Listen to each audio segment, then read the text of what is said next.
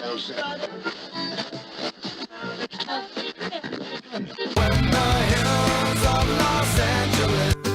Angeles, I'm and most Hollywood nights. She goes to California, oh, California. What you say about Los Angeles? LA got the people saying,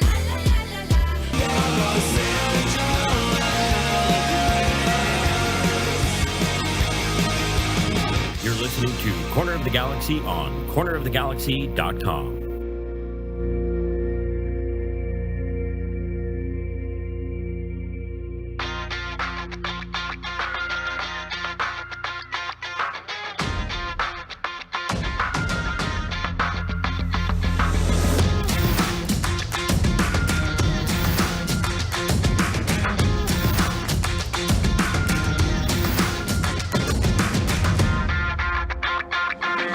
Welcome to Corner of the Galaxy, the show that talks 100% LA Galaxy soccer. We're glad you could join us. Now it's time to sit back and relax as your hosts navigate through the twisting, turning, but never boring world of the five-time MLS Cup champion, LA Galaxy. Hello, everybody, and welcome to Corner of the Galaxy on cornerofthegalaxy.com. I'm your host, Josh Guesman, coming to you on a Thursday, May 20th. The LA Galaxy getting ready to face off against the Portland Timbers coming up this weekend. An early game again for the LA Galaxy. They'll be traveling up on Friday. So we're going to get you ready for that game, but there is a ton of LA Galaxy news that we need to get you through. So there's new signings, there's rumors, there's squashing rumors, there's NFTs, if anybody actually cares about any of that stuff. There's a waiver draft thingy that happened today. So yeah, that's sort of where we are. It's going to be a very, very busy show, a lot of little things to get to, and to help me do all of that, my co-host for the day, for my life, I should say, is Eric, the Portuguese Hammer. Eric, how's it going? That's the sweetest thing I think you've ever said to me. We're getting married. We should just tell everybody. That's very nice. We should shout it from the rooftops. I'm just saying. I will say, when you said my host just for tonight, I was like, man, there's bad news coming down the pipeline. I know there's a labor shortage. Maybe I'm in trouble here. After this game, yeah, that's it. I just wanted you to know. I mean, or after you're done, written off after this. How's your day going? You okay? You hanging in there? I'm doing all right. It's the kids' last week of school, so they are bouncing off the walls as to be expected. Kids who are excited to in school. So yeah, I got that and work and life and got my son playing Roblox. Making money off of Roblox. Wait a minute. Wait. I didn't even know you could make money. You texted me this, and it sent me into a spiral of finding out how maybe I could scam that. Being an adult making money on Roblox. I was going to say he's doing 1,000 times better job with his side hustle than I am. So he made a game on Roblox, and then there are people who play his game, and then he gets Robux for people playing his game. So he's got his own little thing at 6 years old, much better than I do. He puts the super chat to shame. So shout out to you, to my son Lincoln, who's doing his thing on Roblox. He's absolutely killing it. I was gonna say my day was crazy. It was like I was doing three things at once, and then to top it all off, there was a shoe incident tonight, and I don't know if your wife gives you any sort of guff about where you put your shoes. Yes. But she tends to believe that I put them in very horrible places, and then she trips over them or does something, and it's like I put them in the middle of the floor. So Eric, have been working very hard on not putting my shoes in a place that would cause her any sort of harm. All right. I've been working very hard. So what happens is I get home today, I take my shoes off in the place I'm supposed to take my shoes off. I put them there and I go about my business. 10 minutes later, she trips over my shoes, which have magically been relocated to the center of the floor. And I got yelled at. Now, I'm telling you, it wasn't me who put them in there, but a little 18-month-old Jake who decided that he would move my shoes into a problem. And now my wife doesn't believe that it wasn't me. So my son at 18 months old is getting me in trouble already. That's what's happening today. I was going to say, just wait till he gets on Roblox. Then you got to say, but talk about first world problems. I'm right here with you. We got one of those shoe racks to put the shoes away. Oh yes. And absolutely. then, of course you leave the shoes next to the shoe rack, not on the shoe rack. Right. And it inevitably, everyone trips on them on the way out the door. So fun times. I hear you. It's like your clothes. Shoe rack talk. It's like your clothes being next to the hamper and not in the hamper. I don't know why I can't make it into the hamper. It's clearly something is wrong. It's probably wrong with me. But anyway, that's where we're at. at. There's a psychological experiment that could be run on why that is. There's something going on there. I don't know what it is, but perhaps someone could enlighten us. But I'm there with you. I got your back there. It's not my fault, is all I know. That's really what I'm coming down to. All right, let's get to some LA Galaxy news. A busy day for the LA Galaxy. A huge, busy, crazy day for Galaxy MLS. I mean, there were like 7 announcements today. We did know that the LA Galaxy were going to announce Rayan Raveloson, and by the way, that's not how you say his name. And we're not exactly sure how you say his name. We're going to wait until he shows up to actually say his name correctly. So let's get to a little bit of the news and some of the things that we can go through. One of the fun things that sort of happened earlier today was that the LA Galaxy, not even the LA Galaxy, but former LA Galaxy players, Steven Gerrard and David Beckham, were inducted into the Premier League Hall of Fame. So in case anybody doesn't remember or maybe has selective memory there, Eric, Steven Gerrard did indeed play for the LA Galaxy. I know some people want to pretend like they didn't, but they absolutely did. He did. I have a picture of him playing. I have all sorts of things. I've seen it happen. But Steven Gerrard, and then of course David Beckham. Kind of a crazy thing to think about whenever you think about the LA Galaxy being 26 years old, and then seeing basically that now these players who we watched play. I mean, this wasn't that long ago. But we say recently like it wasn't like almost 10 years ago whenever David Beckham walked away. But yeah, I mean, what your thoughts on those guys? Yeah, I mean, I was just going to say, I'm going to mirror your thoughts, and I was going to say that 1990 is still 10 years ago, right? Is that how we're measuring this? Yes, absolutely. But yeah, it is pretty impressive when you think these are English legends, Premier League legends. Perhaps some of them came and didn't play with the same legend status in MLS that they did back in the Premier League, but that's not to take away the careers that they had. They had excellent careers that anyone who played the game would have been happy to have the career that they had. So obviously I understand those who want to have the selective memory about Gerrard, and I know the picture you put was an iconic moment, one of his first games scoring against San Jose. It looked like it was going to be promising. Maybe it didn't end on the best way, but at the end of the day, when you're a club that is the stature of the LA Galaxy and you're able to sign 2 legends like that and to have them connected to your club, that's always a good thing, because then when I'm sure we'll address rumors a little bit later, when your team gets mentioned in these circles, and when players around the league talk about coming to the United States, we say this at least once a week. The LA Galaxy is MLS. They are American soccer. They're an institution. And the reason why is because of players like David Beckham, Steven Gerrard, Zlatan Ibrahimovic. They come and they play for this franchise, and that puts them on the map. And it's just kind of incredible. So, we're really a blessed fan base to have seen, the players that we've seen walk through the doors. Should we? I think we should take bribes. I will tell a David Beckham story. Actually, I will tell a Mrs. Beckham story about how the one time I met David Beckham's wife. I don't know if I've ever told the story on the podcast. I'm sure I have, but it's probably been long enough. People have tuned out, and now we have new people. And, we've been on long enough. Some people have probably died off sometimes too. I was going to say, the new French listeners are going to enjoy the stories. These are all fresh jokes, new stories for them. That's right. We can do that. So if we get if we get $10 in super chats, it doesn't have to be a whole $10, but if we get it, I will tell a story about Steven Gerrard, and I will tell a story about Mrs. Beckham, the one time I met Mrs. Beckham. So if we get those, we'll rock and roll with that. I just think this is really sort of fun to see the LA Galaxy, represented in such a historic part of football, around the world. So for me, seeing that, one, it brings back some good memories, and two is like you said, it puts the LA Galaxy on the map.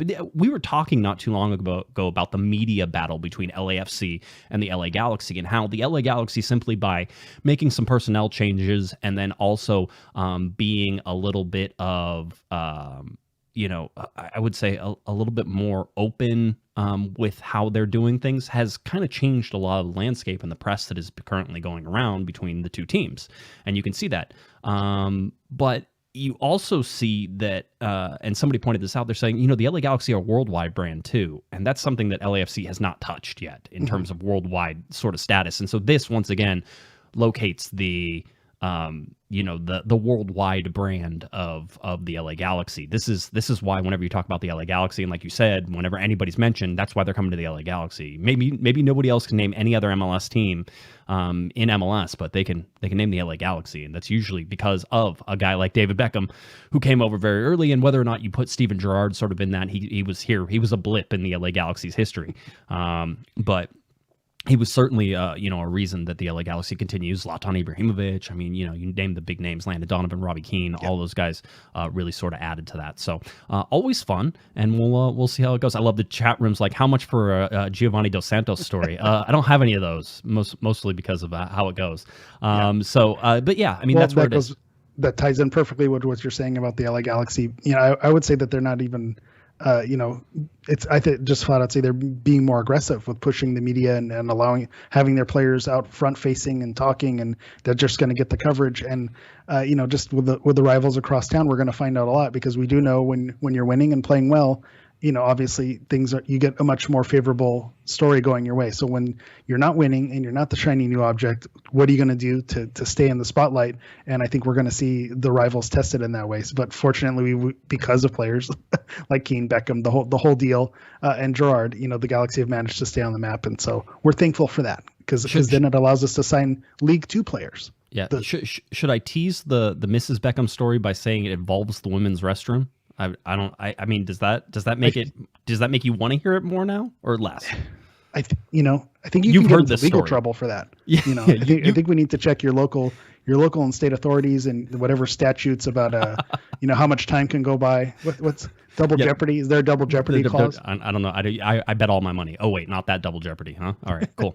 Let's get to the LA Galaxy's waivers, or not. It's MLS conducted a waivers draft today, and not that it really matters all that much, but it was just an interesting thing to sort of look at and understand what COVID has done to the footballing world, the soccer world, and certainly the NCAA. So basically, because the NCAA season, the college season, extended into the spring, which, by the way, there are a bunch of NCAA soccer coaches, Eric, who want to make soccer a year-round sport because soccer is played year-round. It's really, they want to basically play on a European schedule, which is you play through the fall, have a break in the winter, and then come back and play in the spring. They want to do that. That keeps getting voted down, and it's one of those things I think eventually will change, which will really, I think, change the way NCAA soccer perhaps is viewed. Whenever it's more of a year-round sport, you don't have that huge drop-off between the guys who just played, a fall sport and then were off for half the year and just doing trainings and spring games and that type of things, and guys who are more professional in their playing times. I mean, that's one of the reasons kids are skipping college right now, is that the season isn't long enough and they're not getting enough things. So this is all one of those things. Yeah, go ahead. Yeah, I was gonna say it's the same thing with with high school sports right now. You have a lot of players who are choosing their club over their high school because instead of playing a 12-game season in the fall and being done, you're committing to a year-round schedule and being able to, get more eyeballs on you. So it makes sense that with the college age players, if they're not already getting scouted and signing academy contracts or heading off to Europe, they're not only losing out on that because of they're in the college system, then they're playing a shorter season. That's something that whenever we do our super draft show and you go and look at how many games they played and the sample size, it really is a small sample size. Yeah. So I'm in favor of making that happen. And then of course, with everything with COVID pushing the seasons and everything getting pushed back. So it's been a tough putt for the college players the last couple of years. It is. Basically, MLS was going to do a waiver order, and the way the waiver order would be if you look at the points totals, and you look at those points totals in sort of they wanted to run it in reverse order, right? So after 3 games, once everybody played 3 games, they basically did a standings table, a full Supporters Shield standings table. The teams at the bottom got to pick, and that was sort of how it is, if they even wanted anybody. And I don't even know. I didn't get any announcements that anybody was picked, so who knows if this was a thing.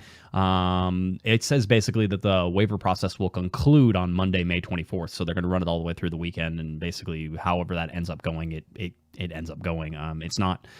It's just one of those weird things that COVID has sort of thrown, a wrench into schedules and a whole bunch of things. It's an interesting time for all of soccer as they try to progress through that. Now, we talked about LA Galaxy history, Eric, and it was funny because MLS puts out what I call like my cheat sheet for games, and they're basically like, this is what's going on this week. And most of the time it's a bunch of fluff and you don't want to read it, but every once in a while there's some cool stats in there, and I usually bring them whenever they have there. So they wanted to do the fastest or the most goals through 5 games in Major League Soccer history through the first 5 games of the season. I wonder why they're doing that. Why would they do that right now? Yeah, absolutely. I mean, this again, you talk about getting press whenever you're playing well. Yeah. Well, Chicharito is playing well, and that's why he's getting the press. And so it was one of those things that they wanted to bring up. But the funny thing here is, and this usually happens, and this is why I always check the stats, even if it has nothing to do with the LA Galaxy, and you'll see in the next one, technically doesn't have anything to do with the LA Galaxy, but there's still a name there. But when you look at this chart, what you get is you get 6 names that had anywhere between 7 and 8 goals through the first 5 games of a season. Okay. Now, the top name on that list is Landon Donovan, who had 8 goals through the first 5 games of the 2008 season. Not a great season, by the way, for the LA Galaxy, but Landon Donovan was scoring goals. And so he came in and did that. And what you're seeing in that is he is the leader through those 5, right? And then there are 5 other people who also have 7 goals. A guy by the name of Edson Buttle, LA Galaxy player. Thierry Henry, we know who that guy is. Ever heard of him? Yeah, I've never heard of him. No. Handball? Nothing? Okay. Wow. That's going to make Robbie Keane very upset. Yeah, I'm sure he's listening and he'll be very upset. Raul Diaz Arce for DC United, 1997. He had 7 goals. And then there's 2 guys. A guy named Zlatan Ibrahimovic, who had 7 goals through the first 5 games in 2019, and Javier Chicharito Hernandez, who had 7 goals through the first 5 games, these ones, in 2021. When you do that and you look at the history, 4 out of those 6, so 2/3 of the list is LA Galaxy players. That's the stamp that this is one of the reasons that the LA Galaxy is world known. It's one of the reasons that they're one of the biggest clubs in Major League Soccer, is that anytime you bring up any history, there are LA Galaxy players there. Multiple. Yeah. I mean, there's usually not just one. There's usually multiple players, and they're usually near the top, and it's one of those things to look at. But I mean, it didn't surprise me, but every time I see stats, it always amazes me that whenever you go back and look at the stats of how much the LA Galaxy have factored into all of these stats. Yeah, especially when you look at the names on that list: Landon Donovan, Thierry Henry, Zlatan, Javier Hernandez. Those are world icons of football. And obviously Edson Buttle. Edson Buttle, world icon of football. Yes, but just the fact that it is LA Galaxy players and that it's happening right now on that list, it's impressive. And to go back, and we'll talk about this also, with the LA Galaxy playing another nationally televised game, we've gone, a full month into the season, a month plus, and the LA Galaxy we haven't had to have any spectrum issues or complain about not being able to watch it, because people want to watch Javier Hernandez play, and they want to see what if he can have that redemption season, and he appears to be having it. And I think one of the most notable things that I want to point out is that missed penalty really, really hurts, because that would have put Javier, in the lead. It would have given him, the tie for Landon Donovan, and then he would have passed Zlatan Ibrahimovic. Because when Chicharito was brought in, I was one of those people who was saying, well, Chicharito's never going to replace Zlatan. You can't replace Zlatan. He's not at that level. He's a different type of player. He's more of a goal poacher. He's opportunistic, finds his place in the right place, right time. He's not going to create goals out of thin air. So he's not going to match that goal record. And he's basically shutting us up right now this season by doing the same thing, not exactly the world class goals, bangers from midfield, but he is scoring a lot of goals and being productive. And that's all you can ask for as a fan. But at the same token, it's going to put the Galaxy on the map. It's going to make people talk about them, and it's going to keep them in the conversation. And that's exactly what you want. You hope this fairy dust doesn't fall off anytime soon. I think it's hysterical, because you brought that up, and I got into not an argument, but I've seen this argument being made, and it drives me crazy. It's like, well, this big team, this LA Galaxy team, Chicharito's scoring all the goals. It's basically like Zlatan Ibrahimovic scoring all the goals. No. I'm just like, come here. I just want to hold you down while I slap you across the face, because clearly you're delusional. You're not paying attention. And there's such a huge difference between what is happening. And that big difference for me, Eric, comes from the fact that Zlatan Ibrahimovic was having to create his own chances, right? And then he was scoring his own goals. It was very much a get the ball to Zlatan and, hey, he's going to do something with it. The Fresh Prince, pass it to Will. Pass it to Will, absolutely. That's absolutely the thing. If you look at Chicharito, he's not creating the chances, he's finishing the chances. So the LA Galaxy are creating chances for Chicharito, and they're doing it when everybody knows that they're creating chances for Chicharito. That means that occasionally you're going to run into a Seattle who's very good defensively, and you're going to be able to be shut out. And I think that Kevin Cabral coming in, we're going to talk about him a little bit. You talk about Grant Sears sort of getting on the right right path as well. If you can start getting offense from Sebastian Lletget, you start getting offense from these other midfielders, that takes the pressure off. And so Kevin Cabral, we're going to talk about him and how he says there's not a lot of pressure. And Greg Van even said, I think the pressure's sort of off him now that he had his first game and he's good. But there should be a lot of pressure on Kevin Cabral. He needs to score goals. Yeah. He needs to be dangerous. He doesn't have to put in 20 goals, but he needs to get 10. So that way everybody knows you have to watch him. So that way you can open up things for Chicharito. That's really the key for this. And we talked about that with Zlatan too. But the difference in these teams, if you're saying, oh, well, Chicha's scoring all the goals and Zlatan's scoring all the goals, and these are the same. And I'm one of those people because, I'm sort of looking at the 2019 season that also had a quick start. Yeah. And we sit there and say, these two things are not the same. Yes, they look the same. And yes, you still have to go a long way even to match the 2019 season and their start. But these two things are not the same. And if you're watching, you can see that. Yeah, it's. I hate it when we do this, when we land on the same side and there's no argument, there's no banter. It's not like Pardon the Interruption where we just start yelling at each other. Yes. But I'm right there with you just because it's not that there's a difference. It's they are scoring in polar opposite ways. It's Zlatan was scoring in spite of his team, and Chicharito was scoring because of the team. So it's the complete opposite thing happening. And I don't want to discredit. Zlatan did have some service from Antuna and Araujo kind of setting him up, but for the most part, Zlatan was the one kind of making the magic happen. Chicharito, without the service, he doesn't put away the goals that he's put away. And I think you saw that last season with a team that was surrounding him and the way they were playing, the goals never came. And so now the way the team is playing, the players that they've put around him, the goals are coming. So, it maybe was there and it just needed to be unlocked. And, obviously Javier did some things in the offseason to unlock it himself. But it's completely polar opposite. And going back to Cabral, you're right. He does need to prove himself. He's taking that designated player spot. So obviously with that comes the mantle that you need to produce. And it doesn't necessarily need to be goals. The 1-for-1 comparison that I want to make is for Christian Pavón. Pavón is no longer on this team.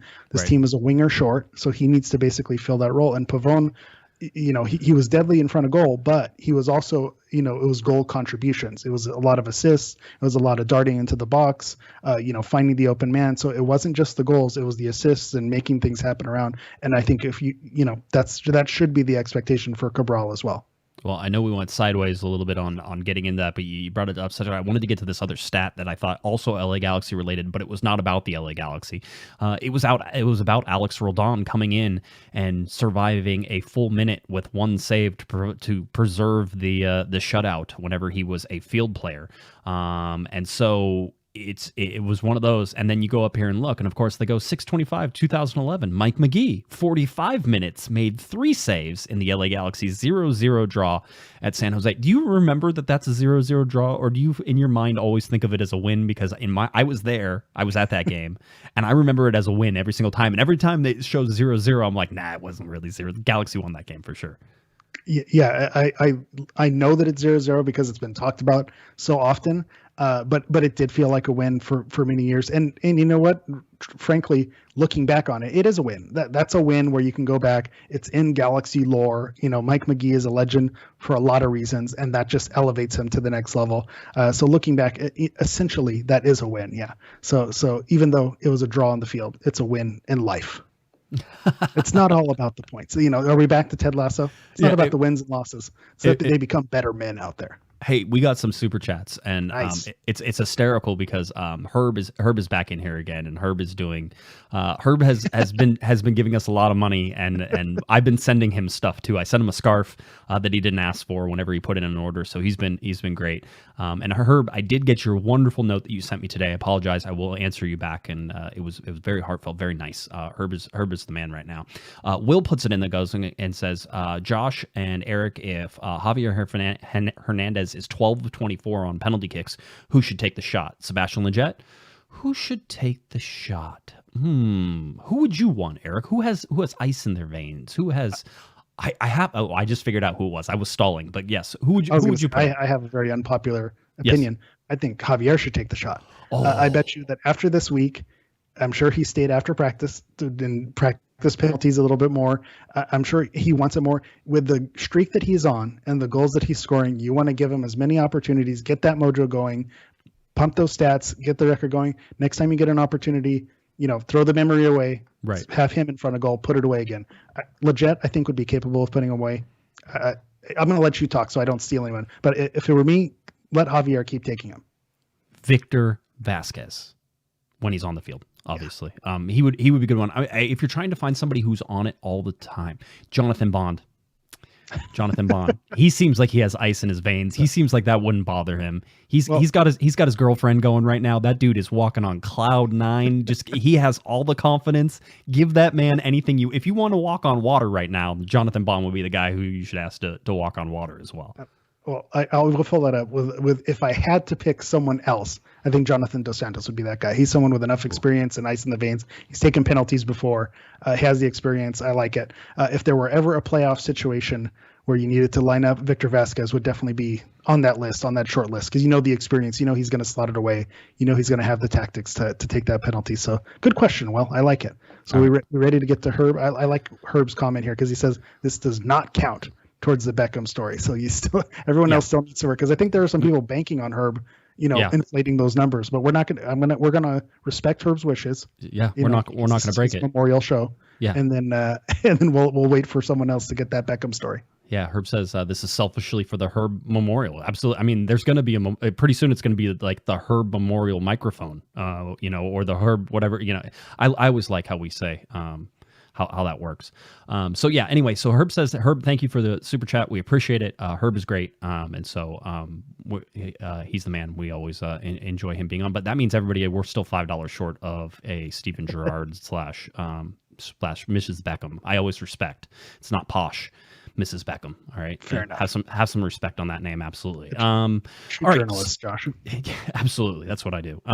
Yeah, the story I'm about to tell is going to show how much of a journalist I am. Let's get to something that is you and I did not want to talk about. We texted. I said, "Do you want to talk about this?" And you're like, "No, I do not." And I was with you, and I'm like, "I absolutely do not want to talk about this either." And you said, "But it's a thing and we have to." Yeah, and I said, I was going to say, my heart says no, but as people who do a Galaxy podcast, it is a thing. It is something we need to talk about. MLS Power Rankings. Yay. Oh, by the way, interruption. Matt Gomez in with a $10 super chat. Pato Story Hour. We're ready to go. So we will hold off on the MLS Power Rankings. I will tell my 2 stories, and Mike gives us $5 too. I'm glad those happened on top of each other. So that way it happened. It was perfect. Okay. Which one do we want to start with? Steven Gerrard or Mrs. Beckham?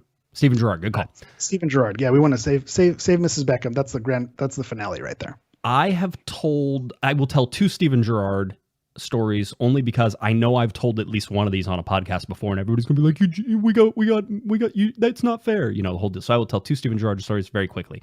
The first one is this: Steven Gerrard is training with the LA Galaxy. He's out there. He sees a drill, right? And he sees this drill going, and he goes, man, if I do this drill, I am absolutely gonna pull a hamstring. And they're like, no, you're gonna be fine. Go ahead, do the drill. He's like, I'm serious. If I do this drill, I'm gonna pull a hamstring, and I know it. And don't make me do this drill the whole deal. And the teammates are all razzing him a little bit the whole deal. So Steven Gerrard goes in, does that drill, pulls a hamstring. Absolutely did it. It happened. He missed games because of it. So that was my quick Steven Gerrard story. The other quick Steven Gerrard story is we all know that whenever he scored a goal for the LA Galaxy, and everybody remembers it. I remember it specifically because I got the picture that Robert Morra took of that Steven Gerrard, and it's Steven Gerrard like slapping the camera. If you look on our live stream, I can sort of great one. Yeah, it's like this is you see his hand coming sort of across the lens. Which I'll interrupt you briefly. Yeah. Just shout out to Robert Morra. He's the man. Takes great pictures. Just ultimate G. We love you, Robert. I love you, Robert. Yeah, he absolutely is. He's great. And he does. And I have some great pictures in my place that he's hooked me up with as well. And he's amazing, just amazing. Does great work. So anyway, he has the Steven Gerrard picture. I wanted that picture, so I asked him about this story. Steven Gerrard scores the goal. He's so pumped up. He comes up and he slaps Robert Morra's camera. He slapped it. He actually hit it, right? And everybody remembers this. He comes to the corner and he slaps it, the whole deal. And he was so worked up. And so after the game, he goes up to he sees Robert in the locker room, and he goes, he goes, "Hey man," he goes, "I hope I didn't hurt your camera." He's like, Robert's like, "Man, I got to get a new one. You broke it." Right? He goes, I'm just gonna. He goes, you smash the lens whenever you hit it too hard. So and Steven Gerrard's like, "Oh, are you serious? And he's really upset. And Robert is like, can I give you an invoice for it? Like, what the deal? And Steven's like, yeah, go ahead, the whole deal. And then Robert was kidding, and he pulled one back on the whole thing. So yeah, absolutely the thing to go. I like it. That's a good one. Okay, Mrs. Beckham. Let's get to Mrs. Beckham and how I once met Mrs. Beckham, the only time I ever ran into her. So, press box, and I have absolutely told this story before. I warned you ahead of time I told this story before, so don't get angry. I was in the press box. The press box has 2 very small bathrooms in it, one for men, one for women. They are quote unquote one-holers on each side, right? So like it's not multiple person bathroom. You go in, doesn't matter which one you go in. There happens to be, and certainly this was way more the case earlier in my press boxing, was that there were way more guys than there are females. There are a lot more ladies in there now, which is great. But being their one-holers, you don't really have to like worry about you could go in either one, it doesn't matter. And so if you need to go, you can go. So I went over, I grabbed the men's handle. The men's handle was locked. So I went over to grab the women's one because I had been in there many times before, wasn't an issue. All right. So I grabbed the women's handle, and just as I put my hand on that handle, it starts to turn. And who comes out of the bathroom but Mrs. Beckham? I think she had one of the boys with him as well. And I'm standing there going, okay, this is weird. And she looks at me and she goes, "It's all yours." Oh, no. And that was the one time I met Mrs. Beckham. So Well, that was it. There was nothing I could say after that. What are you going to say?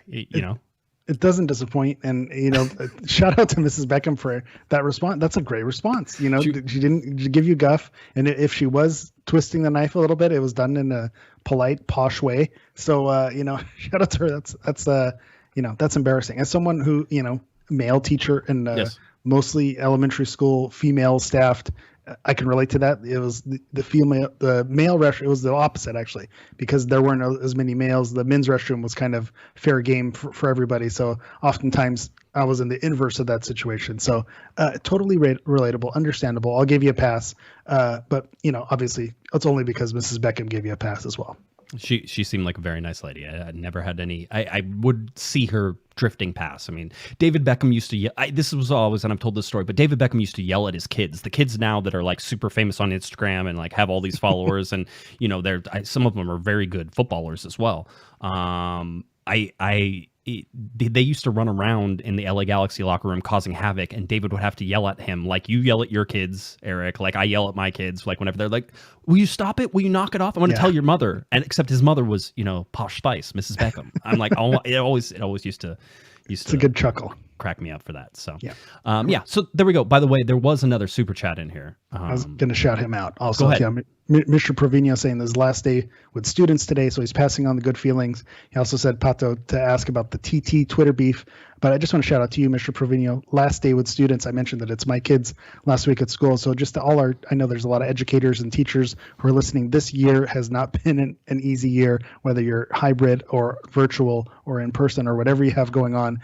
To make it to the finish line this year, shout out to you. So shout out to you, Mr. Provino, and all of our teachers out there, because I know exactly what you guys have been going through, and it has not been easy. So big ups, big shout out. Appreciate the super chat. We should be giving you super chat.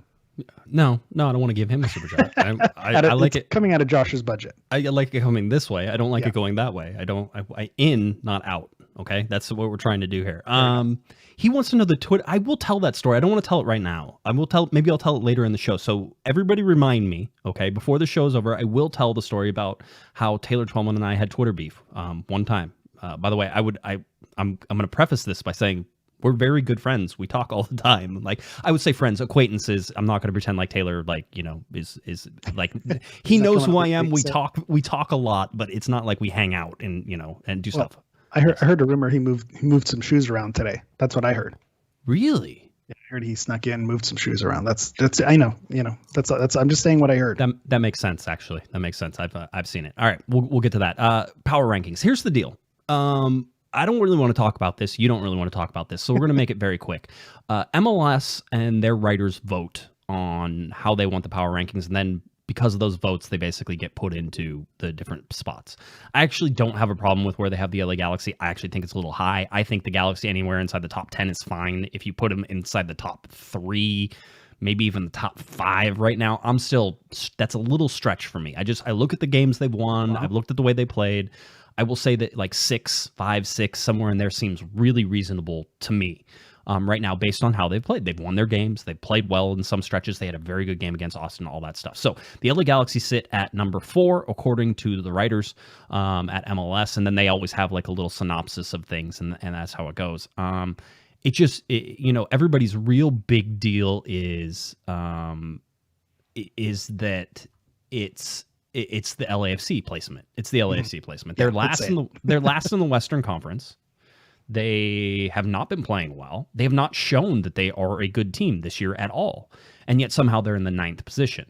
And I have the blurb that they wrote about LAFC, and it was supposed to be tongue-in-cheek, and I think they missed the mark on it. I actually thought it was a little funny, but it misses the mark. I'm like, you can't do that whenever everybody, and it wasn't just LA Galaxy fans, everybody is sitting there going, how do you have LAFC in a top 10 when they're at the bottom of the table and they've shown absolutely nothing? By the way, everybody forgets they finished 7th last year.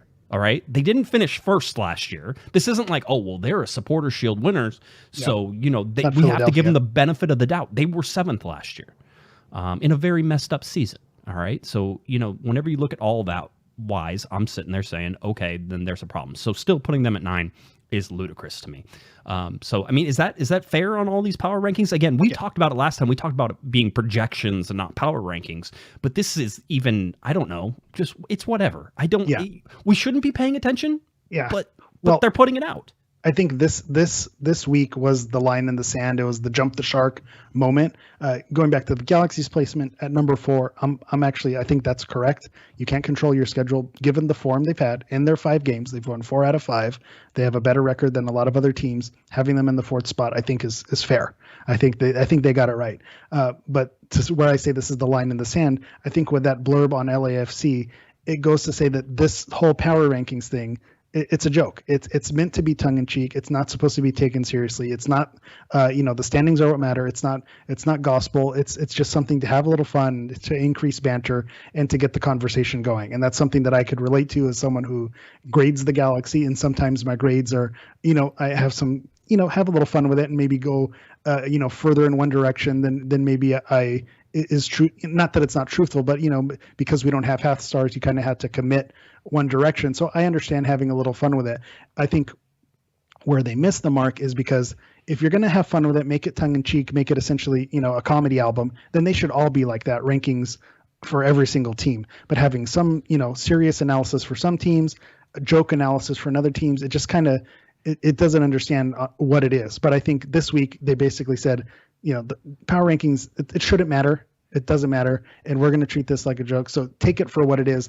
I don't mean that to disparage the MLS writers, to say it's a joke, like, oh, it's not, to throw it in the trash. But at the same time, if you can have fun with it. And if this is the segment where they have fun and they have fun with it and make a joke of it, that's okay. But to their point, what they said about the casual fan does go to MLSsoccer.com, and that's where they want to get the information. And they may be going to those power rankings for serious analysis, and they're not getting it. So that's the other side of the coin too. So they need to kind of make their decision on how they want to do that.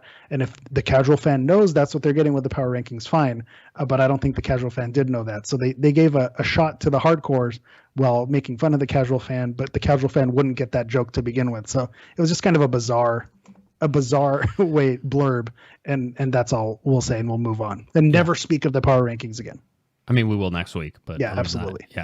We'll figure it out. All right, let's get to the LA Galaxy signing. We knew, when did I know? We talked about it on Monday night. Kevin said that, Rayan, and I believe the first name is Rayan. And so we're going to go with that. The whole problem was I actually talked to the Galaxy today trying to figure out pronunciation, and we decided that we don't really know. And then I said, well, the problem is that as we pronounce it now, it'll stick almost regardless of whatever it actually is. And so I'm almost like, do we really want to, go down that road and try to do it? And so we really did try.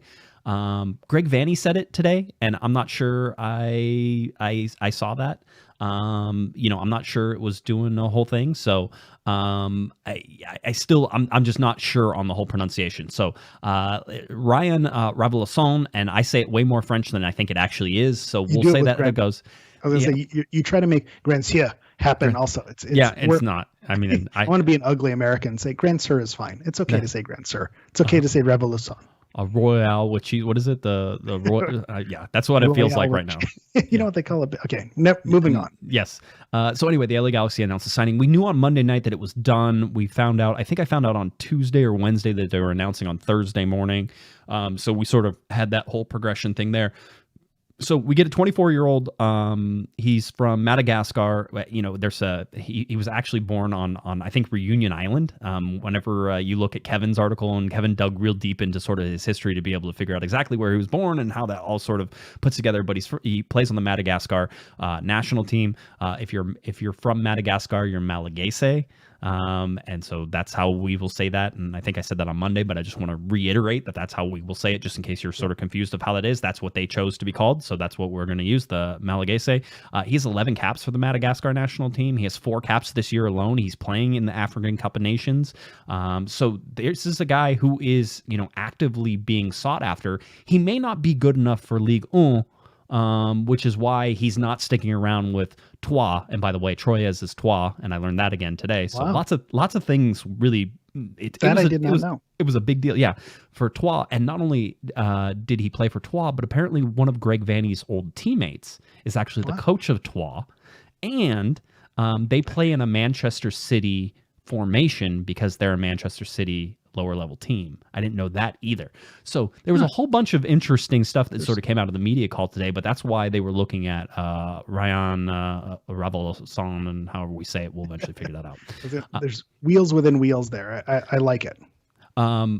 Everybody who talks about this kid says versatile. I mean, Greg Vanney probably said it 4 times. He played a whole bunch of games at defense, on the defense line at the right back. He plays a central defensive midfielder. I think the Galaxy are going to use him as that CDM, but he can fill into other spots as well. So, that's sort of the thing that you're looking at. I mean, in terms of, and by the way, we have a great member in our Discord, Lem, L-E-M, and Lem speaks French. I don't know if Lem is French, but he at least speaks French. And so he can go digging into some of these players for us and talk to some of the fans. You talk to fans at Troyes and sort of can go over it. But Lem put on the Discord, defensive midfielder seems the position where he played the most, plays at right back, plays at center back this season. According to Troyes fans, he looked better as a center back. Someone also mentioned he can play as a box-to-box midfielder. He's a clever guy who can adapt everywhere. His versatility helped a lot of Troyes on their championship run. And remember, they won and they're getting promoted to League One. That's why when you said, he maybe isn't a good enough player for Ligue 1, but he helped him get there. So that's saying something. So maybe he is good enough.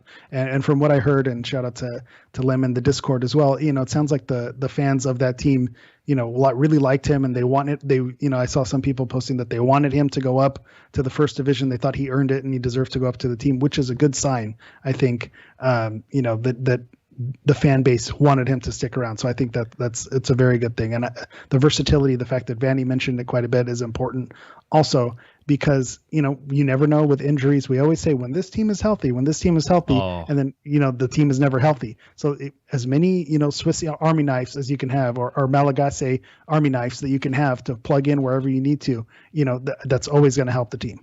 I heard that's what Madagascar is known for, their Swiss Army knives. Fair enough. Yes, very good. Yeah, I mean, and then Lem went sort of on to say, based on talent and expectations, where he would rank him is sort of, Cabral is the big star, and obviously you see how much the LA Galaxy paid for him, and he's a young designated player and all these things. Grand Sir is probably the next guy, and again, just sort of based off of what we thought, Raveloson would be sort of that in that third, probably closer to Grand Sir, and then there's Koulibaly, all right? And there's, everybody's asking, will all 4 French guys start? No idea. I think Greg Vanney wants to be versatile in this as well. He's talked about it so much, and we've seen him change formations. We've seen him have different options. He wants the options, Eric. You can see that he likes it. Maybe he's going to, maybe Raveloson is going to come in and he's going to play and he's going to be in a central defensive midfielder. Maybe that puts Sebastian Lletget as a second forward up with Chicharito sometime. Maybe that means Victor Vasquez sits on the bench a little bit more and rests and isn't relied on to be, that guy all the time, or Victor Vasquez comes in the second half and then starts tearing defenses apart with fresh legs against tired legs. I mean, there's so many ways to look at this. So I think that Cabral is a starter. I think the Grand Sir is a starter. And after that, we're going to sort of see where they plug in right now. And so I think for Raveloson is really interesting. I'll tell you this: every move the LA Galaxy have made so far has panned out in some form. Even Grandsir, which I know people are on the fence on. Don't be on the fence. I think it's going to work out. He puts himself in really good positions. He needs to finish. We've talked about that, but there's been progress. There's been a lot of stuff moving forward. I agree, and I think you bring up a good point with Victor Vasquez. In the first few games, we thought, Victor Vasquez, what a revelation. He's going to be a key to this team, and then we found that he's injured and he loses time. Well, that's what happens when you're a little bit older. Those injuries are a little bit more nagging, and so maybe needing to bring these players in, it's a necessity. And the other thing that I want to mention is Vanny also talked about in the preseason about getting Jonathan Dos Santos more involved in the offense moving forward, and that hasn't been where he's been playing. He's been playing more that defensive role, going back, breaking up plays, and being in the transition to the attack. He hasn't really been a part of the attack, and I say that as he scored the game-winning goal against LAFC. Yeah, but still. But I think this will unlock Dos Santos to free him up for a different role as well. So I think it is a good sign. And the other thing is it's just the complete shift from the aging star narrative. Yes, they have Javier Chicharito Hernandez who could fit into that narrative, but going, Ligue 2, am I saying that right? So going the French second division, it's kind of a high value, kind of a money ball analytics type of thing. Get high value for these players. Get one from the Malagasy national team. This is something that I've kind of been waiting for. Instead of going for the young Brazilians, the young Argentines, go somewhere kind of maybe a little bit more unknown. Maybe some of those European teams that are in the Nations League D, but right. Top scorers in there. Maybe they can get it done. The African Cup of Nations. Maybe they're not your Ivory Coast or your Cameroons where they're winning everything, but maybe you can find some of these other nations where they have key players who can play an important role. I really like kind of the diamond in the rough, strategy that they're trying to employ, and we're going to see if it pans out. It looks promising, but we're going to see over the course of a season how well it pans out. Yeah, I mean, all this. It's funny because they were saying in the chat room, they're like, I think we need COG Rosetta Stone classes. They said nice, or is that Nice? In France. Hey, yo, there it is. We had another super chat up above. Also, we do. Do you want to get to it? Yeah, it says is LAFC still releasing that stupid hawk? Is Will Ferrell doing it? Is the hawk wearing a mask? Can we bribe the hawk to dive bomb into the bench? So if there are any falconers, there's always a listener. There's always someone. If there's a falconer out there who can coordinate something to happen, David was making that request. So for $10, if you can schedule a falconer to crash the party, we'd appreciate it. Yeah, I was going to say that's a great request. We'll do that. Thanks, David, for the super chat on that and getting through that. Yeah, it's interesting. Here's the part that we didn't know until this morning, and basically is because all the hype of signing a new player. Sometimes you forget how people are actually getting added to the roster. We've told you the LA Galaxy are full of international slots. That's true, and that's also not true. All right, so let me tell you the true part. Technically speaking, the LA Galaxy have 8 internationals. We've talked about them multiple times, but let's see if I can name them all off the top of my head without looking too far. Jonathan Dos Santos, Javier Chicharito Hernandez, Pipo Gonzalez, Carlos Harvey. Let's see, we have Victor Vasquez. Yeah, Victor Vasquez, Grandsir, Koulibaly, and what is the 8th one? Cabral. Is Cabral. Yeah, Kevin Cabral. Oh, yeah, I didn't say Kevin Cabral. Thank you. So that's your 8 that you have, technically speaking, and then if you put in Raveloson, then that would be 9. Well, technically, Koulibaly is not on the roster yet. And because he's not on the roster yet, the LA Galaxy technically only have 7 international slots. So they technically don't need one to sign Raveloson. Plus, you don't really need one until you're actually going to put them on the roster. And these guys with visa processes and all that stuff will still have to be put on the roster. So right now, the Galaxy, technically speaking, in the MLS terms, sit on 7. Now, whoever gets here first, whether it's Koulibaly or it's Raveloson, and we imagine it's Koulibaly, will take the 8th spot, and then they will need a spot in order to do it. We didn't know how that was happening. We could assume a whole bunch of things. Maybe somebody would get a green card. Maybe somebody would get traded. Maybe somebody would get loaned down to Galaxy 2. Maybe somebody would be released, Pipo Gonzalez. So all those things. The one thing, maybe the New England Revolution is still stockpiling international slots. You can still buy an international slot, right? All these things. So we looked at all those. What we did not have on our bingo card, however, was Pipo Gonzalez getting a green card. Now I'm told that process is not done. However, it will be done. And when it is done, they will be able to open up those slots. And so there's some flow to that. I would say that in an emergency sort of fashion, if they really needed to, they could loan somebody down to Galaxy 2 for a little while. Like if you took Carlos Harvey and you loaned him down to Galaxy 2 for a couple weeks while you finished out stuff, you could be roster compliant while you do that as well. So that's the plan. We'll see how that plan gets worked out and how that all happens. But obviously, Koulibaly's still not here in Los Angeles, and I was told this morning they're still waiting on visa approval for that in terms of actually getting him here. So that's not happening. And then you would imagine that Raveloson will also be anywhere between the 3 to 5 weeks that we expect it to sort of take to be brought in. Somebody goes, his first game will be July 4th. Happy birthday, America! Yeah, exactly, exactly. We can have some French fries, some on that day. Yeah. So that's where we sit with Raveloson. Does that you didn't think people was going green card, right? It's funny. I remember this tweet, and I got to give a shout out to I Lopez on Twitter. He said people getting his green card might be the biggest play he's ever made for the LA Galaxy. What a great tweet, great joke. Shout out to you, I Lopez. That is so bad. Hurts. It's painful. It's mean. It's cruel, but it's also very funny and very true. Yeah, it's one of those things. Somebody asked, they're like, well, does that mean that he's staying? I mean, hey, listen, I would not look into that far, right? Which is, does that mean he's staying for the whole year? I don't know. I think there's still a possibility he leaves in the summer. And I gave a whole bunch of sporting reasons why he would want to do it. One, to help out the LA Galaxy, and the LA Galaxy possibly keep paying his wages and do a whole bunch of stuff and that type of thing. And then two is that he's more attractive within MLS if he has a green card. So that is, somebody obviously came back and said, maybe he just wants to stay in the United States after he's done playing too. That makes sense as well. So yeah, that's what I'm thinking it could be. And again, we're throwing the people out with the bathwater here, but it is possible that living in Southern California for a little while, he could say, I like it here. Maybe I still want to go finish my career in Costa Rica, but after that, I want to come back and have a life here in Southern California. So it could be something like that as well, because it just doesn't seem like he's in the plans for the team. So that's why it wasn't on our bingo card. Like, how's this going to work? But it's nice that he's complying or making it work, or even if it is selfish on his own part to benefit him. But if it benefits him, it benefits the club, then everybody, you get a car. Everyone's happy with it. I was going to say, if you sign up for season tickets, the LA Galaxy will give you a center back. That's how many they have right now. You can walk home with Nick DePuy. I'm sure of it. Sebastian Lletget called into the team for the game in Switzerland. So the U.S. men's national team, he gets called in. That means that he will miss the game against San Jose. So don't expect Sebastian Lletget to be there. That may be good timing with Victor Vasquez coming back as well. We'll give you updates on all that. Greg Vanney talked a little bit about Sebastian Lletget and some of the other guys who are possibly going to be gone. And Vanney said, I'll quote him here. This is from Larry's notebook, if you haven't had a chance to shout out to Larry. By the way, we're going to talk about Kevin Cabral here in a second. And Kevin Cabral speaks French primarily. I guess he speaks maybe a very little English, that type of thing. But they had a French translator in there.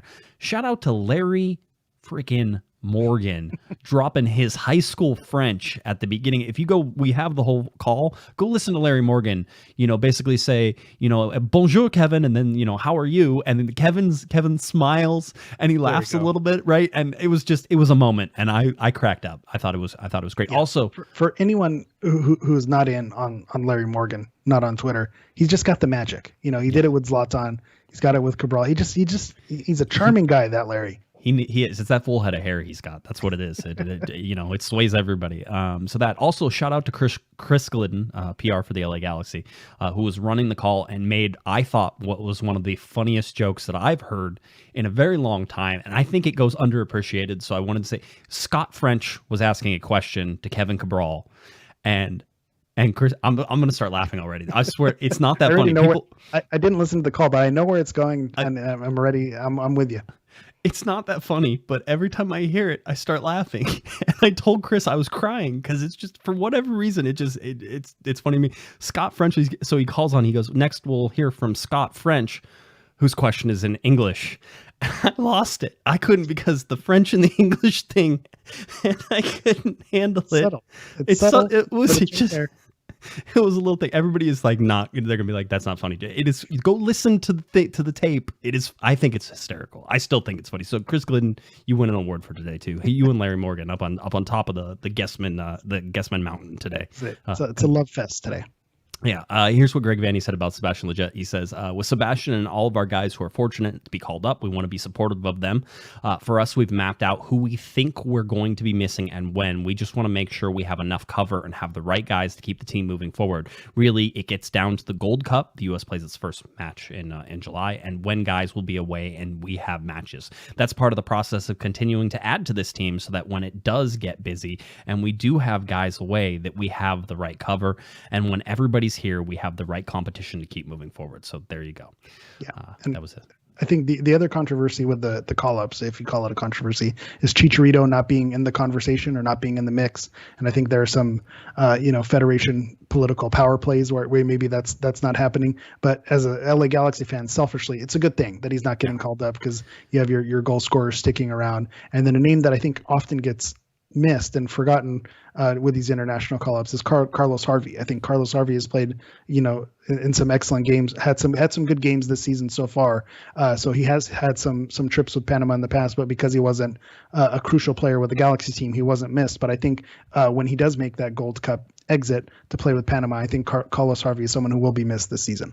Yeah, he could be. He's also the guy that we talk about being sent down, like because of the international slot and stuff like that.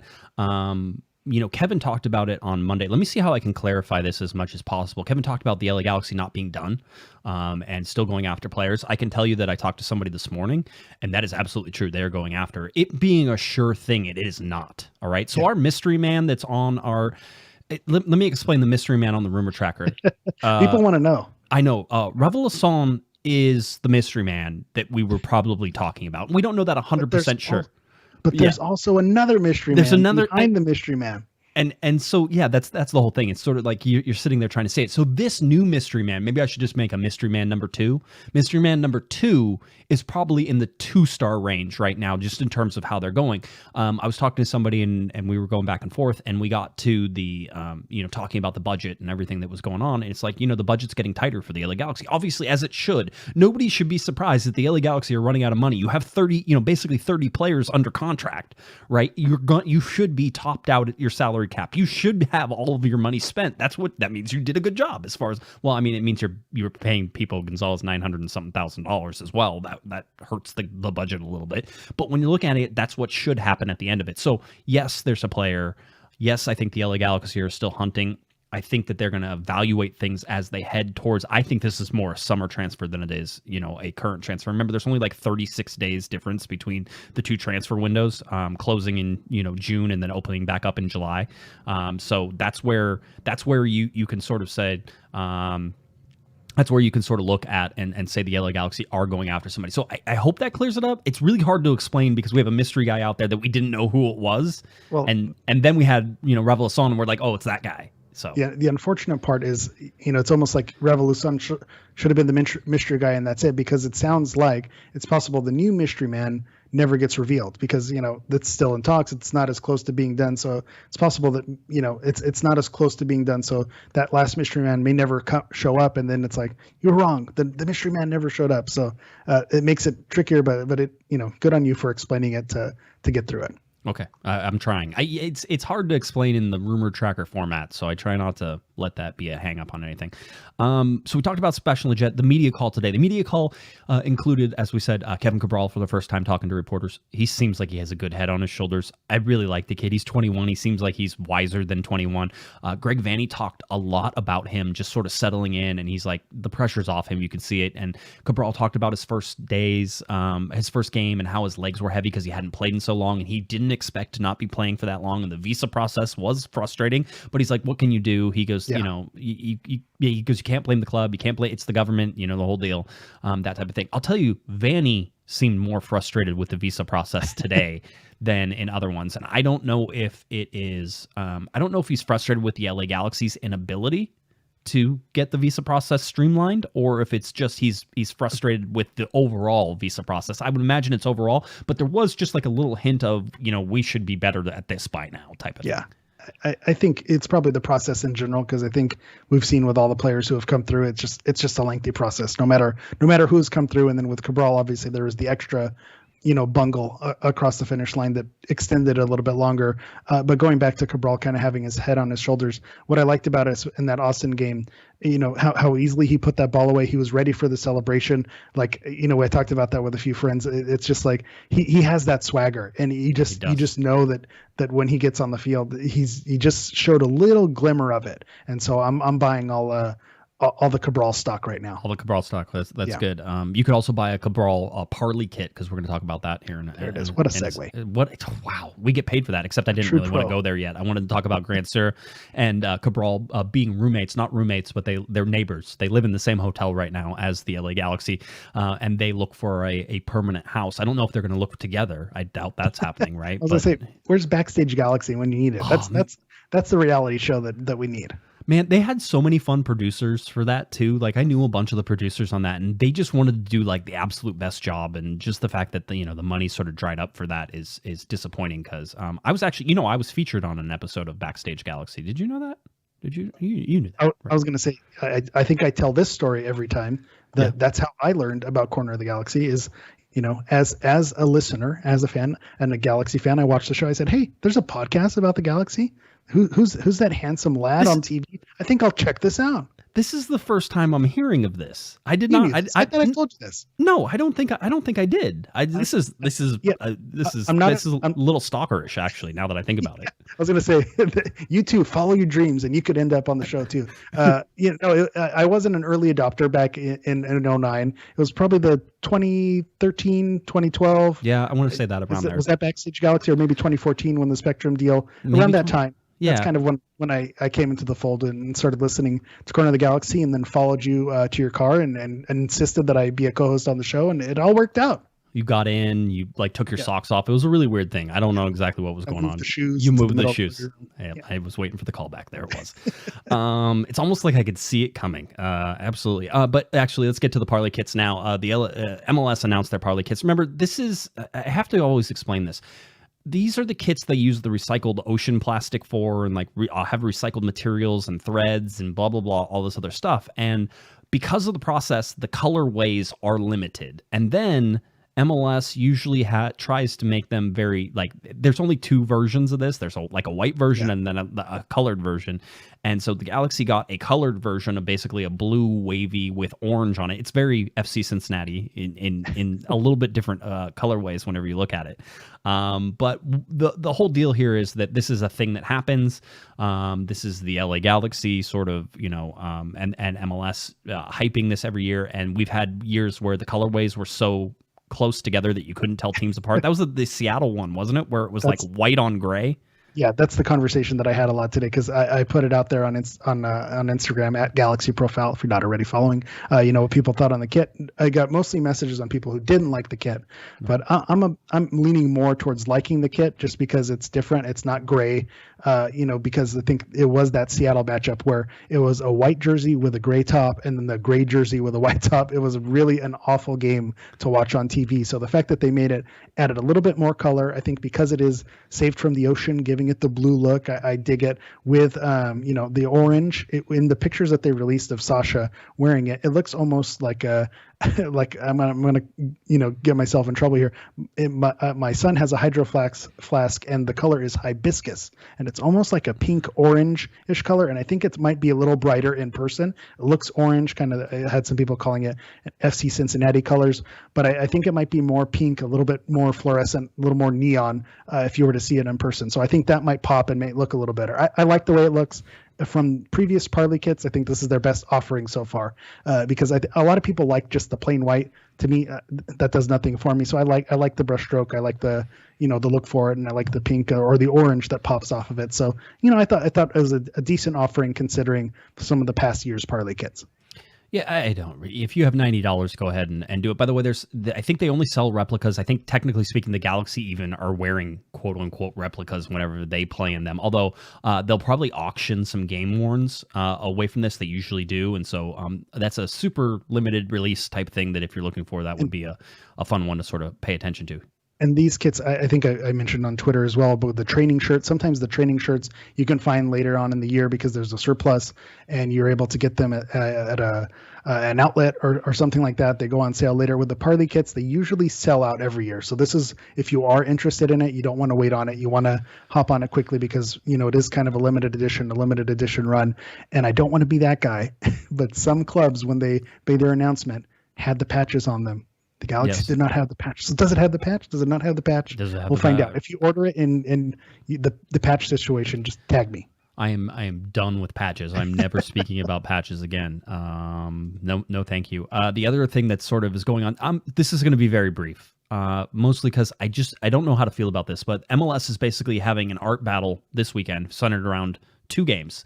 The LA Galaxy game headed up to Portland, and Seattle hosting Atlanta. And what this art battle is, there's basically 4 artists each representing each team, and apparently they're all going to be creating some one-of-a-kind piece of art. I imagine it's digital art, being we're talking about NFTs here, right? Yeah. Tell me more, please, because my eyes gloss over whenever I hear NFTs. I'm interested to a certain point, and then I'm like, no, I'm not going to talk about NFTs anymore. Well, the group that they're partnering with is called Secret Walls. And if you remember, I think the El Tráfico Rivalry Week a few years back, they did something where it was an in-person event in downtown LA, and they had artists draw murals on the wall, and they were competing murals, and it actually turned out looked really great. So I think that's probably why they revisited and brought these artists back, because the look was really impressive. It was unique. It really captured the essence of each club, and I think that's what they're going for here. It is going to be their first non-fungible token, which is digital art piece. So they'll be creating it live, and then there's also going to be a unique limited edition piece of artwork that's going to be what goes on sale for auction. But there's also going to be custom pieces of art which each club is going to market, and basically there's going to be you can get an NFT that is not for auction. This is the same photo. It's an unlimited amount, and so as many people who want to buy them can buy that NFT. And then there's going to be the one that the artists create live, and that one will go up for auction. So there's a website. If you go to the Galaxy website, they have it linked. It's Bitsky. It uses I'm going to read. This is fun pod when I read through it. So the special NFT art collection is the latest evolution of Major League Soccer, commitment to celebrating the creativity in our sport, and permission to connect soccer with progressive and exciting art experience. So the live art battle plus the modern take on the matchup poster helps create a cultural moment that celebrates our league and the 2 great MLS matches this weekend. So it seems like a lot of jargon just to say we're getting into the crypto market. And right. Just the last note that I'll add here is it's really funny that they released the Parley kits, saving the ocean, saving the environment, and then the NFT information on the same thing. Because, if you've looked into it a little bit more, NFTs have, and cryptocurrency, sometimes there's a little controversy there about, the energy that it takes to mine this currency, and it, not necessarily being great for the environment. So right.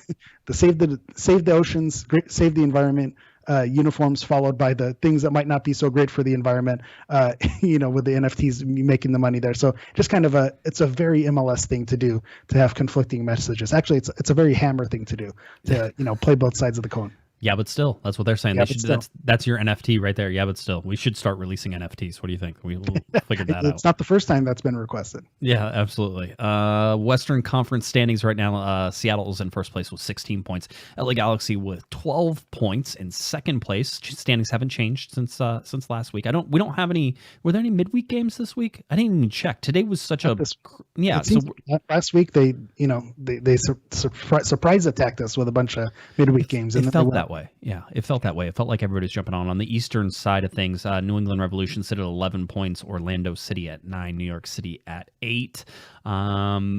We've talked about the LA Galaxy schedule a bunch of times, but it's away to Portland, then it's home to San Jose, then we get into the international break. Basically, I think, whenever you're looking at times to sort of be worried about guys coming in and trying to get, Koulibaly in and Raveloson in as well, as you're trying to get those guys in, there's a big break coming. So you're might have some time. If they get here on time, you're going to have some time to work them into the squad and possibly be ready whenever we hit, the middle of June and games start coming back. And by the way, June, I think for the LA Galaxy is also when midweek games start as well. So when things come back, there is going to be a rush of games in order to do all this stuff. So it's going to be super interesting to see how everybody sort of updates all of these things as the rosters go and who's going to be ready for it. And that's the exciting thing. You mentioned it earlier about the information about the Galaxy possibly in June opening up, more fans getting into the stadium. So these new players are going to have a nice buffer to arrive into the country and to get match fit. And then when fans are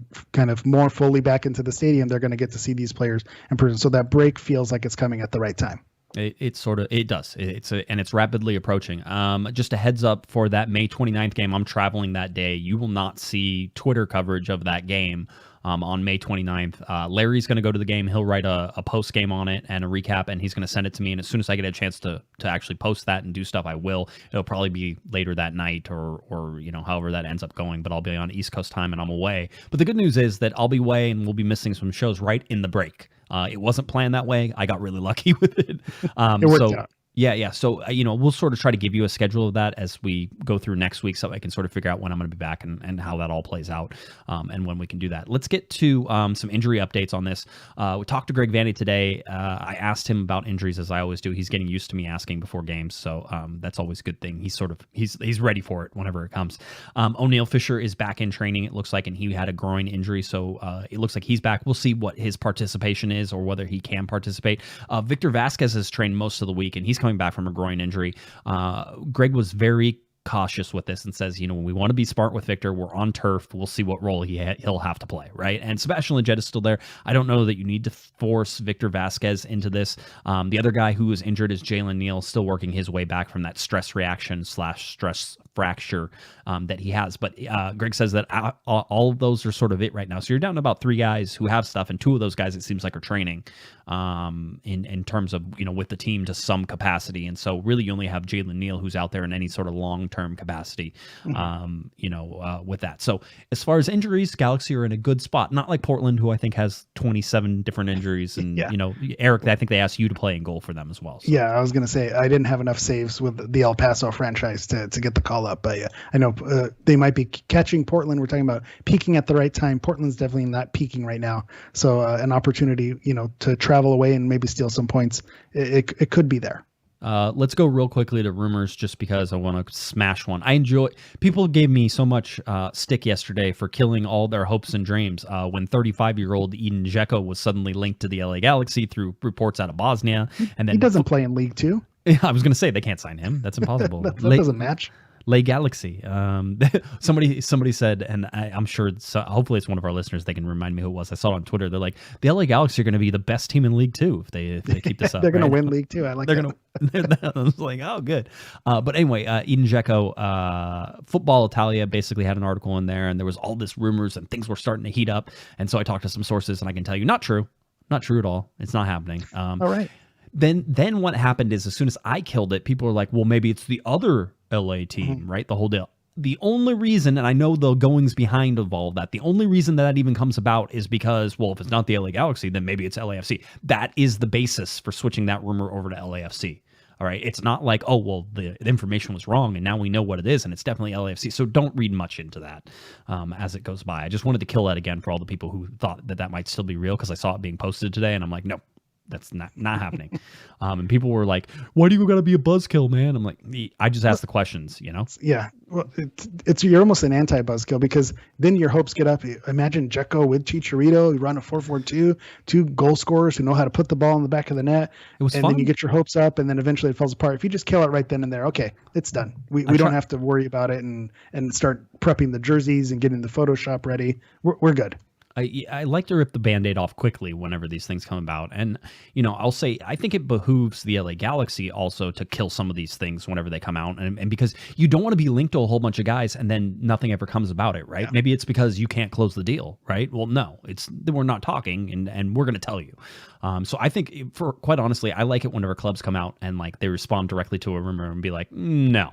That is not happening. Yeah. Sort of kill it on Twitter right away. It's like, okay, well, that's done. Are we done? So that's sort of what we have. I'm trying to see if there's anything else I want to get to before we get to Portland. Now, Normally we have a very detailed, game preview, dramatic game preview, and you and I were both ridiculously busy today and throughout this week. And so I know we didn't get 100% in, but you did say you put something together. So given, the recent news of NFTs and things, I had jotted some notes before the show, so it's not polished like the previous weeks, but I do have a little something. Okay, so we're going to get to that.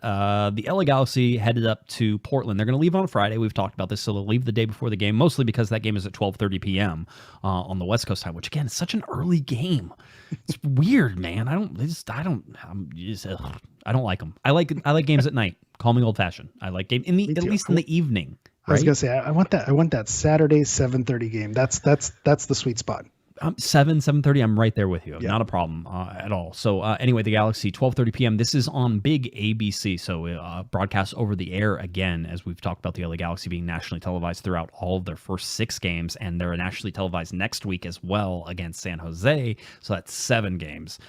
So you have not seen a Spectrum game yet, although they are coming. I promise you will get there. So don't be jumping up and down. It's not going to stay this way. But the LA Galaxy, a national draw, and that's a good thing. And Portland, a national draw, even though they're not playing very well. So I'm trying to think. Eric, do you want to give this a shout? Do you want to try this? Yeah, we're going to try it. We'll see how it rolls. Okay, that's fine. You know what? We'll cut it and then we'll just do it again if you screw it up, and then we'll just keep going and over on the live show. Everybody will really enjoy that. All right, here we go. Here is Eric the Portuguese Hammer with his ad-libbed dramatic game preview. So take it away, Mr. Eric. This Saturday, the LA Galaxy will travel to Providence Park as they take on the Portland Timbers. Those of you who sold your shares in Cheech Coin last season are surely regretting it, because everyone that held the line is riding the Chicha train to the moon. With 7 goals in 5 games, Cheech stock has never been higher. Can he keep pushing, or will he pump and dump out on the Portland turf? Speaking of early investors, Kevin Cabral showed a lot of promise in his debut. He even made a play where the game stopped. So let's see if he picks up his first start and stays a bit more offside so he can earn his coin. And while we're on the topic of the French Revolution, will this be Samuel Grandsir's breakout match? There's a possibility that he can go from a non-refundable item to making a non-fungible token to open his scoring account. Can the Galaxy play the part of Robin Hood and steal some points? Is that an away victory I smell, or is that just your Musk? Let's go. Oh wow! There was a lot in there. I tried. I don't. That's my points per minute this week. Yeah, I don't know if I'm able to keep up with all those. I feel like I'm getting older. Like I've stopped caring about it too. So yeah, it was one of those things. That's good. Portland, they won their last game 2-0 over San Jose. This was a big deal because Portland has been on a bit of a slide. They're 2-3-0 in the last 5 games. Losses to Dallas, Seattle, Vancouver. So Dallas is Vancouver is and Seattle is, we know, I think the best team in the league right now. They are very, very, very injured. Last, I think there were 9 injuries on the Portland team. They don't have their starting goalkeeper. I don't even know if they have their backup goalkeeper, because you're getting the USL goalkeeper Logan Ketterer, who's been playing and played well against San Jose. Yeah, he saved a penalty against Chris Wondolowski, 6'3". I guess he was a penalty specialist out of El Paso, and that's why they called him up. So I think Steve Clark is no longer with the team. So they had some issues down in goalkeeper, and then I know Valeri hasn't been right. So I think this is the time to catch Portland. They do have Eric Williamson. They still have Andy Polo, Yimi Chara, the Chara brothers, Jeremy Abobasi. So they still have a lot of dangerous players that just doesn't seem like they're clicking like the same Portland. But whenever they're home on their turf, it's always going to be a tough battle. Yeah, it is. And, I asked Greg Vanny about it today. He was like, yeah, he goes, Portland is actually, I would like to point this out. Greg told me that I hit the nail on the head whenever I said that Portland is a very tough place to play.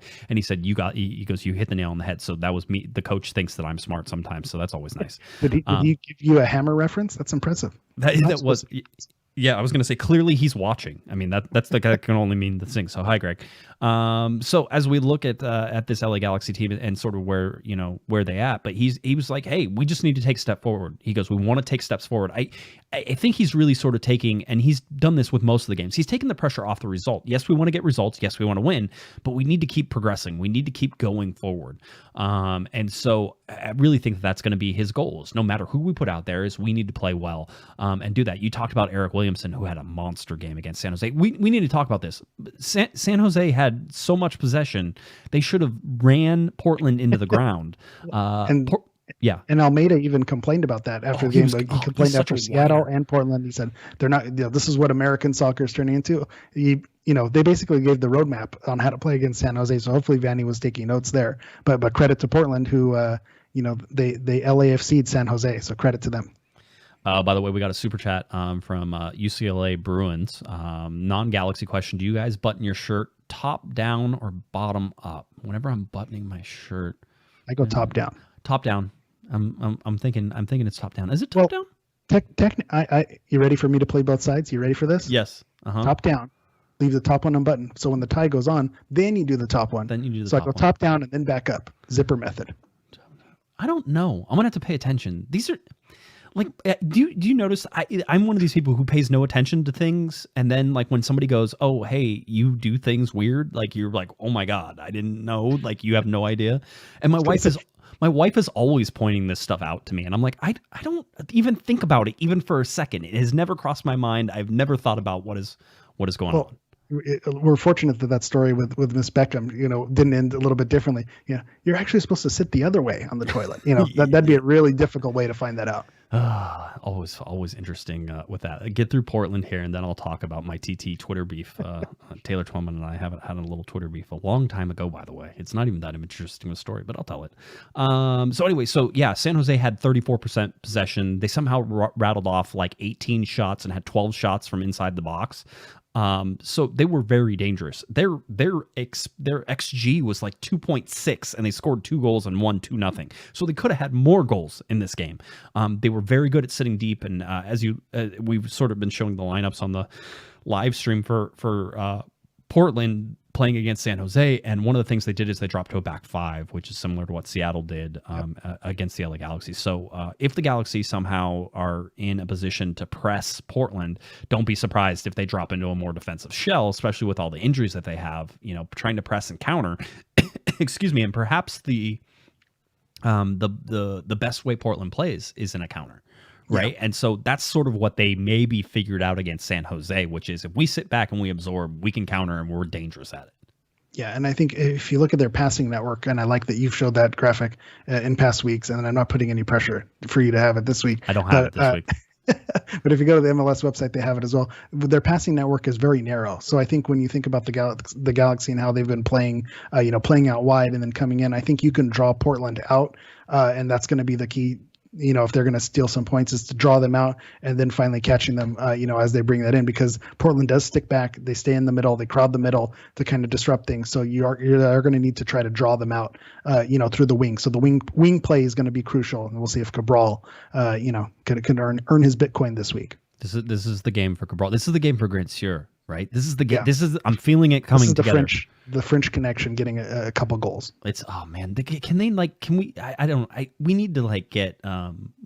French, we need to do I want to do something French. I want to do shirts, berets. Yeah. We need to just be stereotypical, go get real ugly with it. Tech green berets. That's what we need. That is I'm glad we came up with that. That was great. In the COG store, I'm sure. In no time at all. So this is basically, listen, Portland is a very physical team too. So watch them foul the LA Galaxy, watch them break up counters, watch them, try to push the Galaxy out of their game. And Greg Vanney talked about wanting to play more of the Galaxy games, right? We want to play our way. We want to force the opposition to adjust to us. We want to make it harder for them to come into our zone, to come into our offensive zone. We want to do all these things. These are such wonderful goals, and to hear a coach talk about them out loud, it's like, this is what we're trying to do. And certainly with Cabral, I thought it was really interesting, because if you look at Cabral, Eric, you have to think that Vanney 100% gave him some basic things to do whenever he went out there, and then Cabral goes out there, he scores a goal. He was offside, but he scores a goal. Just don't give him too much to think about. Hey, Kevin, we're winning 2-0. Go out there and, let's just try to do this one thing. Do this one thing for me, and you're going to be successful. And then you go out and you do it and you score a goal. His confidence is riding high, even though it didn't count. He's like, I scored a goal in Major League Soccer. I can do this. Yeah. He got to see what competition is like. He got to get an idea for it. So I like it. I think this is, it could be an opportunity to see what Cabral could do. The turf is Whenever you go to the Pacific Northwest, the turf is always a question. And then the same day travel, I think I heard you mention that they're actually traveling the day before. They are, because of the 12:30 game. I think that's a positive thing because it's a 12:30 game. You're right. I think, away to Seattle, not to make excuses for anyone, but same day travel on turf away to a tough team. The Seattle team's a good team also, so that makes things difficult. So I think they're able to get there the night before, settle a little bit. I think that could, they're able to steal some points. Do you want 538? Yeah, give me 538. Let's go. 538. This is essentially a flip of what happened last week. So Portland has a 56% chance to win. The LA Galaxy only a 24% chance to win, and then a chance for a draw, 21. So the Galaxy are underdogs in this game to win or to get a draw. Portland is expected to win. So I don't know how to take that. I think they're giving them a lot of home field advantage. They have to not be accounting for all the injuries. That's the only thing I can think of. They're like, well, at home, Portland is a very good team. Well, duh, yeah, they are. Yeah. But at the same time, not with all the injuries. And so, listen, I think the Galaxy have a chance at this. I'll be honest with you. If you gave the LA Galaxy a draw right now and they didn't have to travel up there, I would take the draw in a heartbeat because it just keeps momentum going. It shows that you're up against. And listen, Portland is not going to be ranked real high right now, just in terms of how difficult they are to play with the injuries and everything. But going there is a tough game. It doesn't matter. It almost doesn't matter who they put out there. So for me, a draw is what I'm expecting. I would expect this one stays relatively low scoring. I've gotten 2 in a row correct. I got the LAFC spot on the score, and I got the game against Austin spot on the score. So this is unprecedented. This has never happened before. Can we do 3 in a row? Can we do 3 in a row? So I'm going to say this game is a 1-1 draw. The LA Galaxy up in Portland. And that's why you're wrong, because I'm predicting a 1-1 draw. So we definitely are not going to get that one. So I should change it right now. I should change it right now. If you're on Bovada, cancel that bet. Cancel the draw. Yeah, you don't want to get there. So I say 1-1. Okay, let's get to Taylor Twellman and Twitter beef from a long time ago. This is funny. He won't mind me telling the story. It was the whole deal because he thrives on Twitter beef. But it was my fault. I fully agree with this. So a young dude watching a U.S. men's national team game, actually a very famous U.S. men's national team game, the Snowpocalypse game. And so they're there, and I think I was having a beer or something like this. So this is a little bit before like really being the U.S. men's national team is not a team I cover, so I can be more of a fan whenever I watch it. I've changed a little more on that just with LA Galaxy players and how they end up going there and stuff like that. So anyway, I was there. So I'm on Twitter just like ragging on TT because I'm like, man, talk about the snow some more. Let's hear about the snow. Oh, you can't see? Oh, the whole day. I'm just like, anything he says, I'm like, let's get Taylor a flashlight. He's clearly, I think he's scared of the dark and the snow and like all this stuff. The whole day. I was going deep and I was just like hitting it. And so Taylor ended up DMing me and like we got into it some more and we were going back and forth. I'm like, dude, blah, whatever, blah, the whole deal. So it was a big deal. I was upset about it. Like it made me upset, and I'm sure Taylor was upset about it too. But he didn't know me. It's not like I was, I'm a podcaster like doing this stuff for a while. It was not a big deal, and it shouldn't have been a big deal. So anyway, we had a whole argument. We didn't like each other. I think we might even blocked each other for a little bit in the whole deal. The funny thing ends up happening next, which is I went up to a game to cover a game for the Galaxy. Looking at, by the way, it was very unprofessional by me. I 100% agree that I was young and stupid and did a whole bunch of things. And so, but also very Twitter. That's what Twitter is designed.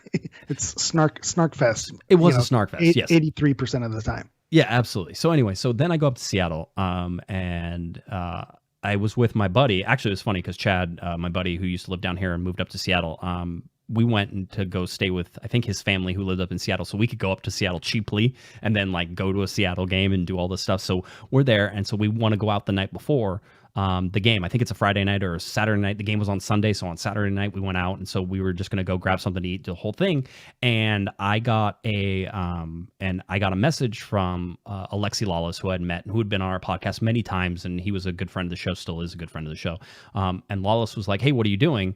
And I'm like, well, we're over here at this place in Seattle. And he's like, well, why don't you come over here and hang out with us instead? And I'm like, okay, cool. Not thinking of who us is, right? And so this is within the same year. So this is probably only a month separated, 2 months separated, something like that, from the whole deal. And so I go to this hotel that they invited Chad and I to go over to. And I never thought about who us until we sort of started walking in the hotel. And I'm like, The other person's Taylor Twellman. This was when they were both working at ESPN, right? And so they were Perfect. the whole day. I'm like, great. So the whole deal, and it's so funny. I look at Chad and I'm like, oh man, this might not go well. Like, I don't know if how Taylor's gonna be. So I walk over there, and Alexi says hi, and he says hi to Chad and the whole deal. And then Taylor comes over, he looks at me, and he goes, we don't like each other, right? And I'm like, yeah, apparently we got some Twitter beef or something. And he's like, well, and the whole deal, and I was standing there in front of him the whole deal. I'm like, to be honest with you, I was pretty much an idiot. I go, I was an idiot in the whole deal. I go, I don't like, and it's not just I'm not getting invited to the fantasy suite tonight. That's for sure. It wasn't even a thing. It was just like, I felt bad about it after having thought about it for months, that type of thing. I was like, this is stupid. Like, why was the whole thing? So anyway, I was like, hey, I go, I was an idiot. And Taylor, I think, said something like, yeah, so was I, and the whole deal. And so he goes, can I buy you a drink? I'm like, yes, absolutely. So that was the night that Taylor Twellman, Alexi Lawless, Chad, and myself were watching a St. Louis Cardinals World Series game, and Taylor's from St. Louis, so we did that. So we were at the bar for, I don't know, 3 or 4 hours. And nobody got super, super drunk or anything like that. It was just nice, calm, having beers, and nobody was driving anywhere, so it wasn't a big deal. It was wholesome. A wholesome moment. It was very wholesome. The best part was that a woman and her husband sat at the bar with us, and the guy clearly was trying to place Alexi Lawless. He could not figure out where Alexi Lawless was from. He was like, I know this guy, but I can't figure it out. Did we go to high school together? Right. Did we go to Rutgers? Right, and Alexi That's actually true. Yeah. Did he went to Rutgers? Yes, I know that. Alexi was not giving it away. He was playing it like close to the vest the whole deal, because he could have been like, yeah, I'm Alexi Lawless. I played for, like, the guy was trying to figure out the whole time. And so we're sitting there. The guy keeps asking Alexi questions the whole deal, and we're cracking up because we can see this. And then the wife was there as well, and she was having some wine, having some good times, and was sort of talking to all 4 of us and the whole deal. But the husband was so preoccupied with trying to figure out who Alexi Lawless was. Like, I don't even think he ate any food, or like he didn't have any drinks. And so we were there for 3 hours. Yeah, we're there for 3 hours. I have to say, Taylor picked up the tab for it. I know it was expensive, the whole deal. We tried to pay and he wouldn't let me, so it was great. So he was super nice about that. But the best part, I think, was Alexi Lawless at the end walked up to the guy. He goes, "Hey, I'm Alexi Lawless. I played on the U.S. men's national team." The guy was like, "Oh man, that's where it was." Like, it was a whole thing. So it was nice. it was a fun night. Good so reveal. That was the Twitter beef, and then the makeup. So one of the reasons that Taylor and I remain in contact today is because of that night. And so he's always great. I'll tell you, I know people don't like him on here. He works ridiculously hard for what he does. He's always trying to find out stuff. Anytime he does a Galaxy game, I usually get a message just to find out what I know, and sort of just to help guide him in any direction in terms of how the Galaxy are playing, that type of thing. I'm happy to help out any broadcasters, and I've done that for other national team or nationally televised broadcasts for their teams. Anybody who asks, I'm more than happy to help, because I want the best information out there as possible. So there you go. That's it. That was. I mean, it's not even a good Taylor Twellman thing. I didn't even talk about how, like, I was really upset and I was in a hotel for whatever reason whenever the Twitter beef was happening, and I was getting angry, and like I threw my phone across the room. No, that didn't even, it's not even a thing. So anyway, that's what it is. That was it. That's it. So I don't know if that was worth $5 or not, but that did not deliver. Like, I can tell you that. Yeah, it wasn't as good as the other two stories. It's just not. Say, they're going to want their Dogecoin back for sure. You know what? Everybody can just deal. I'll tell my stories when I tell my stories. Only a 90-minute show today. Wow. See, we had nothing to talk about. We knew that was going to happen, though. We had actual news on top of our normal shenanigans that we throw in there. So we knew this was going to happen. Yeah. So, but the chat room saying, if Josh says he's cool, listen, he is cool. Him and Alexi, I know they're both like LA Galaxy fans' most hated people to sort of rag on. I enjoy both of them. They're good friends in terms of the soccer wise, and I always say hi. They always say hi, and we always have good discussions about soccer. So yeah, and I don't know if this is in poor taste to say this because they are friends of the show, but when you think about it, they're on TV. They're TV personalities. You kind of have to play that up a little bit. So I think you can definitely see it with Alexi. That guy he's throwing the takes out there that are just scorching, and it's for a reaction. If everyone's swimming one way, he's going to go the other direction, and that's just because that's what he does. And I think Twellman, he doesn't do it to Alexi's extent, but at the end of the day, he's on TV, he's a personality, so he's gonna push the envelope. That the whole Trinidad and Tobago, what are we doing? That put him on the map also. So you make fun of him or say what you will for that. You mentioned how hard he works. You don't get there by accident. And the fact that he's doing that keeps getting him an invite to the dance. So shout out to them. Even if, whatever they say, whatever they're doing, it's working. Yeah. I'd love to be in that position. an angry text tomorrow. Don't be telling my stories. I'm sure that's from Mrs. Beckham. Probably that's the one it's coming from. Yeah, I should just do a Patreon now where I just tell stories about the things I think I've told all of my good stories. I think that was it. So yeah, Eric's like, I've heard them all. There's no other good deep one. in the archives. Deep in the archives. All right, Eric, tell people where they can find you, and we will get on out of here. All right. As always, you can find me on Twitter at HammerEV. You can also find me on Instagram at Galaxy Profile. That's Galaxy PROFOUL. All right. And if you're looking for me on Twitter, it's at Guesman, JGUESMAN, and of course at Galaxy Podcast. Head on over cornerofthegalaxy.com.